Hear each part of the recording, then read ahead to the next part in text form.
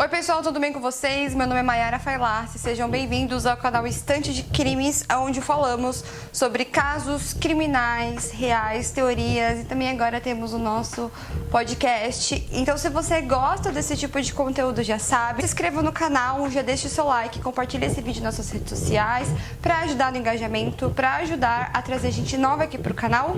E é isso, espero que vocês gostem do caso de hoje. De acordo com o site New York Times, relata que Lindy Sue Blacker, ela era uma garota de 19 anos que morava em um complexo de apartamentos no condado de Lancaster, na Pensilvânia.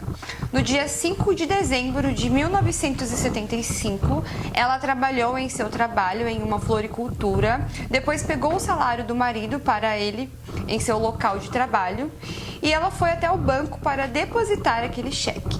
Depois ela foi ao supermercado antes de retornar ao seu apartamento naquela noite. Os seus tios eram muito próximos da Linda e eles sempre iam fazer visitas na sua casa. Naquele dia, no dia 5 de dezembro, eles iam até a casa dela para eles poderem jantar juntos.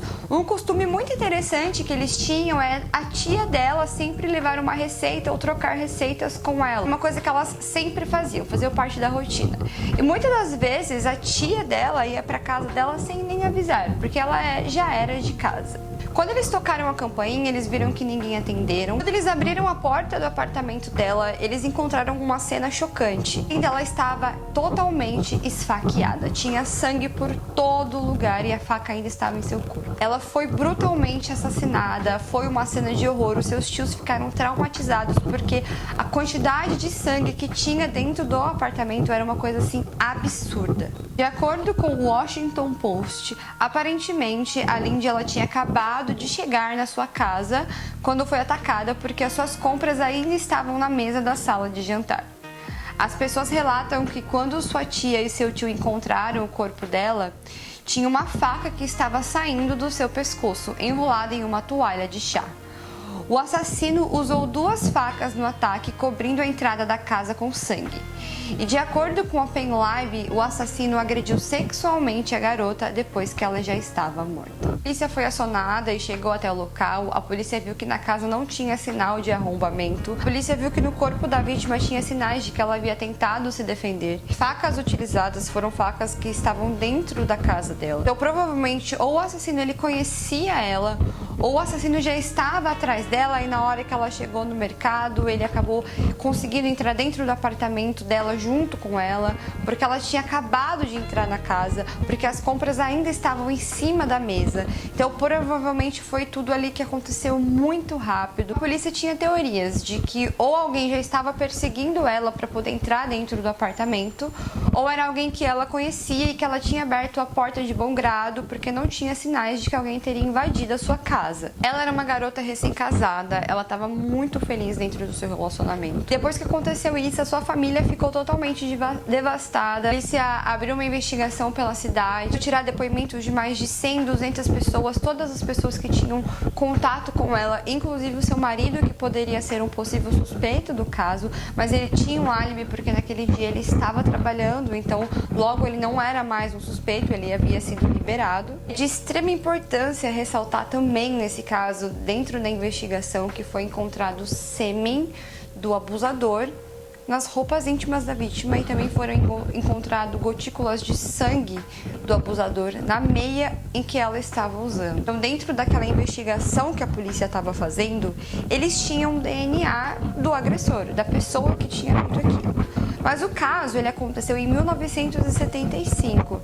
Como eu sempre falo aqui no canal, essa época é muito difícil, porque a polícia não tinha tecnologias, a polícia não tinha o sistema tecnológico que existe hoje de DNA. Então, a forma de investigação era mais limitada, era o fato mais da polícia ir até os suspeitos e de conversarem com eles. Então, nesse caso, a polícia não conseguia exatamente encontrar um suspeito para esse crime. Então, mesmo tendo um DNA, o caso ele acabou sendo esquecido conforme foi passando o tempo, porque não tinha muita coisa que fazer.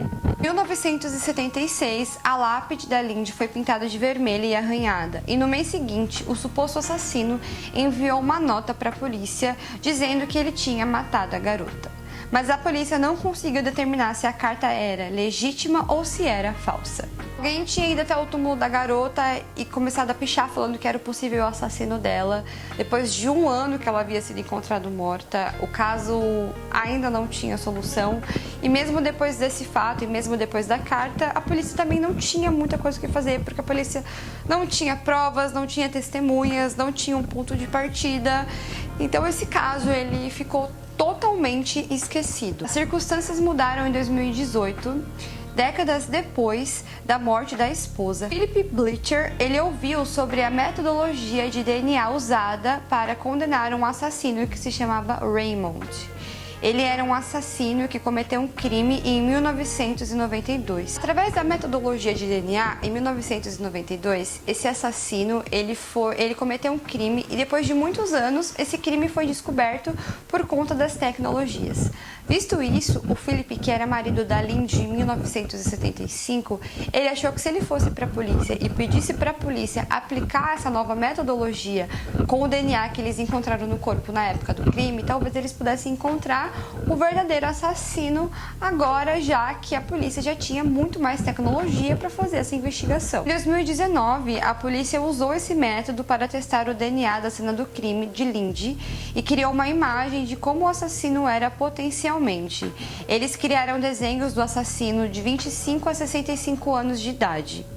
As pessoas relatam que, usando o esboço composto juntamente com as evidências de DNA e uma árvore genealógica, os investigadores conseguiram identificar um suspeito, que se chamava David Sinopoli.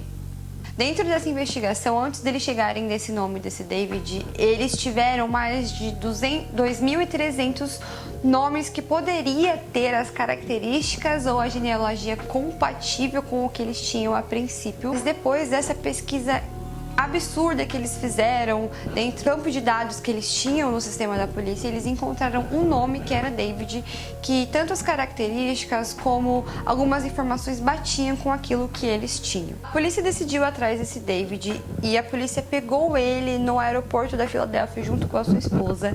Eles estavam dentro do Starbucks tomando um café e depois que ele tomou esse café, ele pegou o copo e jogou no lixo. A polícia teve a brilhante ideia de ir até o lixo e pegar aquele copo, porque aquele copo poderia ter um material de DNA do David, já que ele tinha acabado de consumir, ter contato com aquele objeto.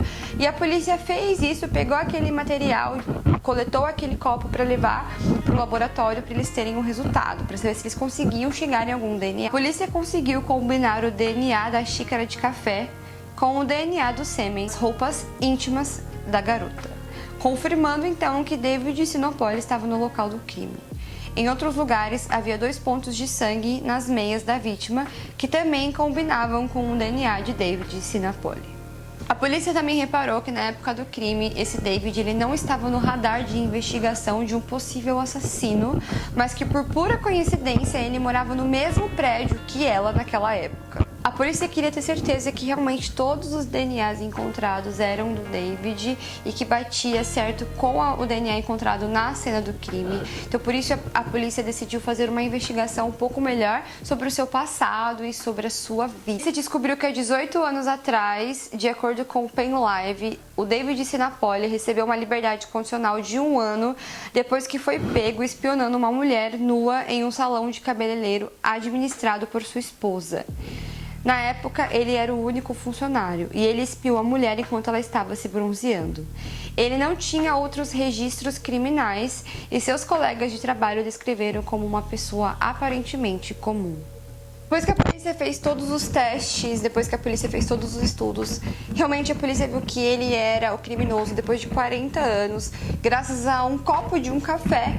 Eles chegaram a um assassino e também graças à tecnologia. Eu pesquisei em vários sites de pesquisa e ele só foi detido e preso agora em 2022. Eu tentei encontrar nesses sites gringos se fala alguma coisa a mais relacionada à prisão dele.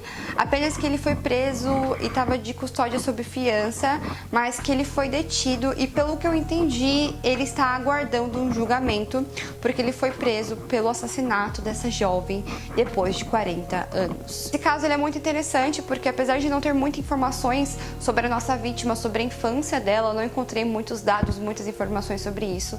A gente pode ver que o trabalho da polícia foi muito legal e a importância da tecnologia nos dias de hoje. Também eu vi um estudo muito legal que desde 2019 muitos casos antigos vêm sendo resolvidos por conta das tecnologias. Casos que estão arquivados há muitos anos, a polícia tem conseguido colocar no sistema deles algumas informações para que eles consigam chegar em assassinos que cometeram crimes há muitos anos atrás. Vários casos têm sido desvendados graças à nossa tecnologia. Fala aqui pra mim nos comentários se vocês conhecem essa história, o que você acha desse caso, se você conhece uma história parecida, indica um caso para trazer aqui pro canal. Lembrando que agora, final do ano, nós teremos o nosso especial de Natal, onde nós teremos casos criminais que aconteceram no Natal, porque a gente sempre faz vídeos temáticos aqui de acordo com a data. E é isso, espero que vocês tenham gostado. Se vocês são novos por aqui, já sabem, se inscrevam no canal, deixe o seu like, compartilhe esse vídeo nas suas redes sociais.